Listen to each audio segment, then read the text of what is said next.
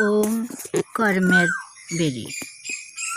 বাইরে থেকে তুই কি আমার রুদ্ধ দুয়ার খুলবি নাকি?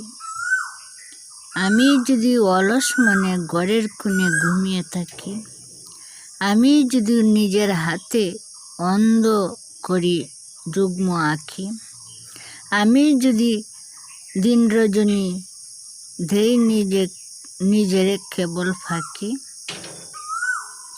জগতের যত সাধন যত ভজন সব অকপট নীরবতার মধ্যে দিয়াই সার্থক হইয়াছে। কিন্তু নীরব রহিতে পারে কে?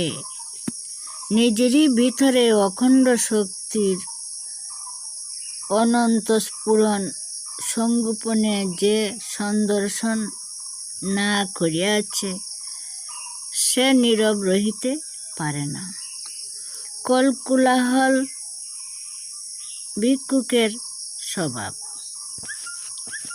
কলকুলাহল ভিক্ষুকের স্বভাব। কুণ্ঠিত কণ্ঠই অকুণ্ঠিত নির্লজ্জতার ব্যাকধ্বনির কর্কশতাকে আমন্ত্রণ দিয়া ডাকিয়া আনে। বৃদ্ধিবানের অপেক্ষা মুহু সাহেবের পোশাকের ছটক বেশি। যাহার ভিতরে যত বেশি দৈন্য রহিয়াছে, বাহিরে বৃথা আবরণে সে নিজেকে তত বেশি ঢাকিয়া রাখে। কিন্তু বাইরের ভূষায় আপন